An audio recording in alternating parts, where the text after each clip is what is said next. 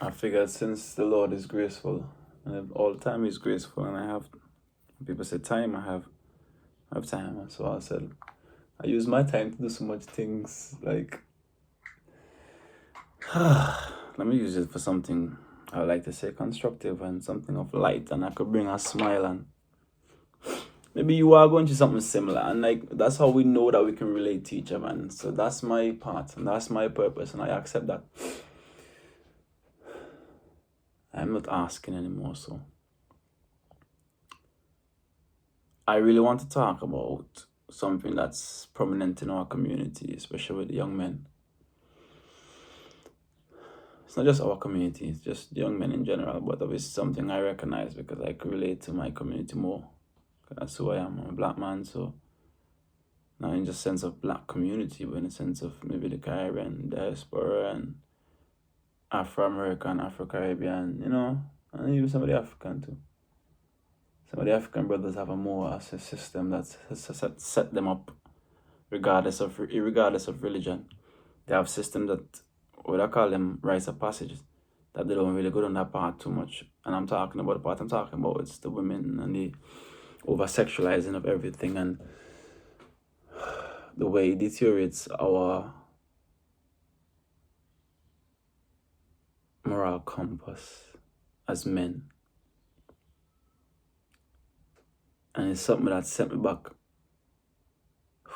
God. Heavenly Father, if you can only give me the spirit to speak about this and speak about this and take myself out of it and to speak about it openly and truly, as I see it. It's something back set me back enough. Like, but we're not pre-regret, but we're at a point where we have that most I have been graceful to give us insight and foresight, and hindsight, you know. And if I had know what I know now at 18, generations would have been changed, not just for my family, but others that followed after me and that followed me, on my path thus far by the grace of God that opened doors and showed the blessings to many, many more, paths to go. It's an ever growing journey. So at this point of my journey, I recognize how detrimental the over sexualizing, the womanizing thing, the girlish thing, and how detrimental it is to the black community and to the black man.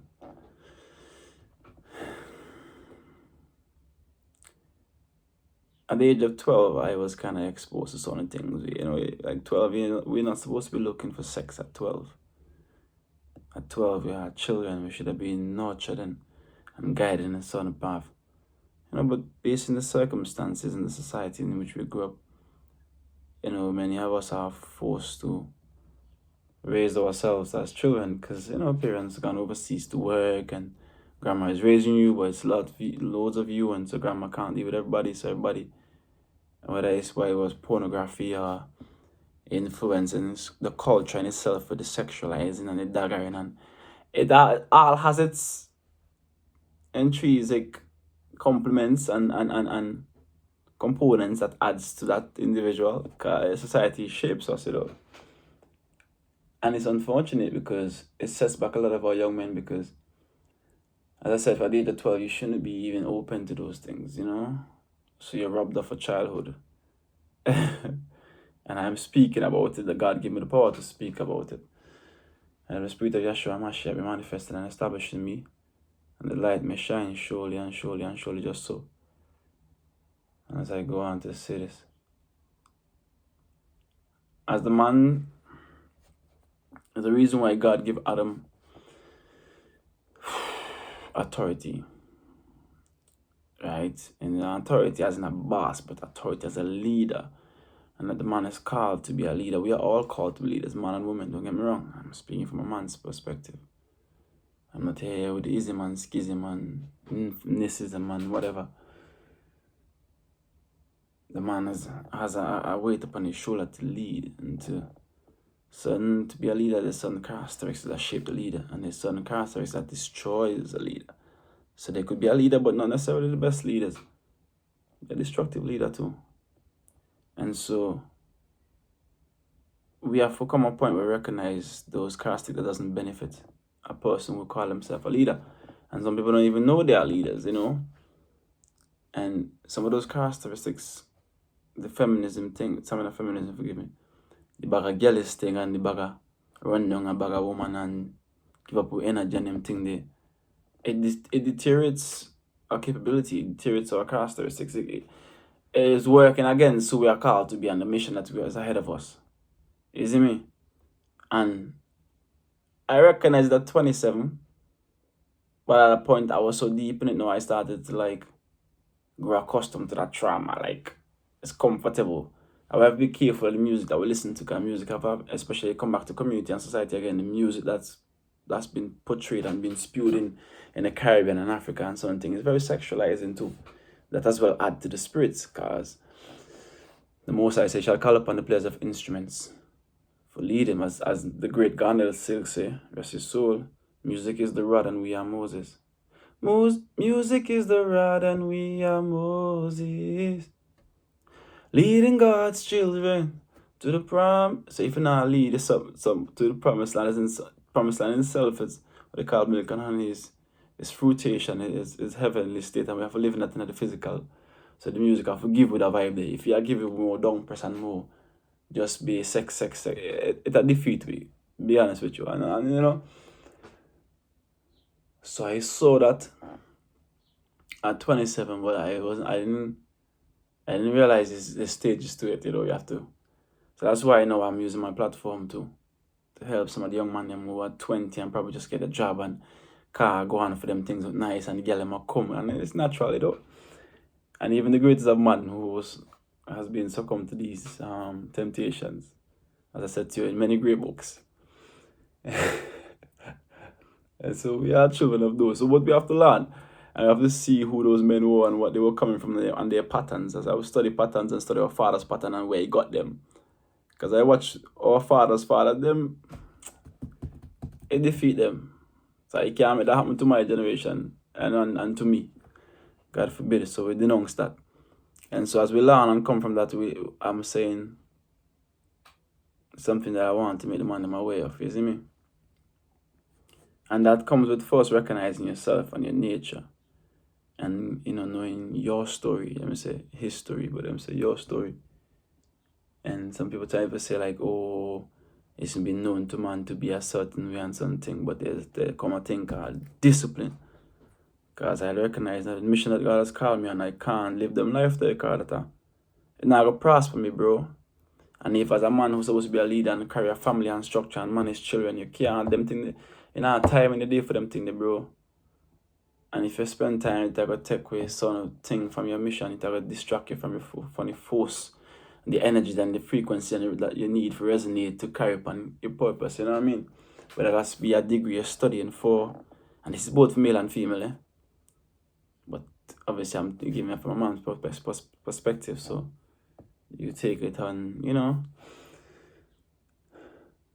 I don't feel like anybody under the age of 30 should be like, this is my opinion there, but I will tell them the reasons.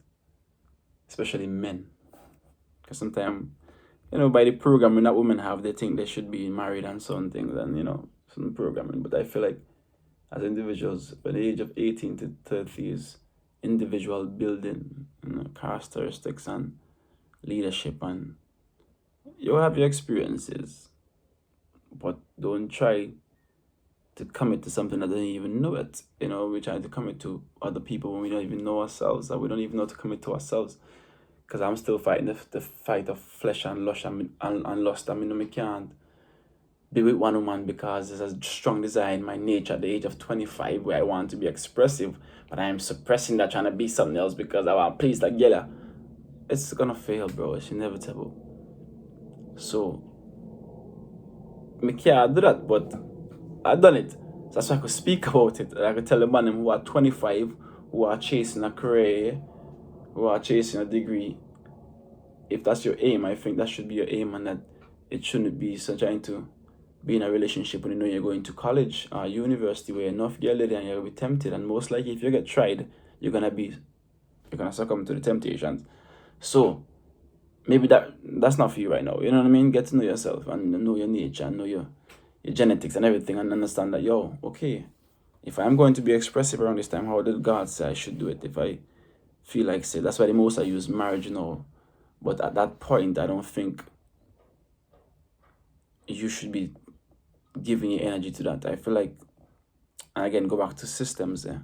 I said the Caribbean, the Afro-Caribbean, Afro-American, we don't have, we used to, but we don't have it anymore in place where they call ways of passage that helps the man be free from not free, but kind of lessen to the temptation because he's spiritual discipline where he's going and praying and he's told that he has to be married. You have to marry first before he has sex. So he's not just praying the marriage, but he has to have certain things in place before he can even try to pick up a woman.